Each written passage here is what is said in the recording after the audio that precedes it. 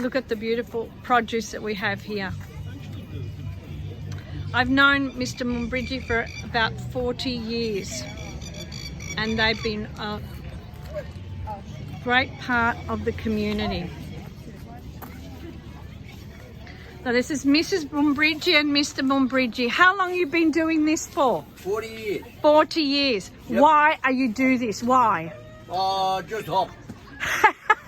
It's a hobby? Hobby. A hobby. Yeah. But you serve our community and That's you right, give yeah, our community. yeah, Without follow. your hobby, we wouldn't have this fresh produce. That's right. Yep. So it's beautiful. And where do you get your produce from? The markets, the farmers? The farm. Straight on the farm. Straight from the farmers. Yep. Have a look at that.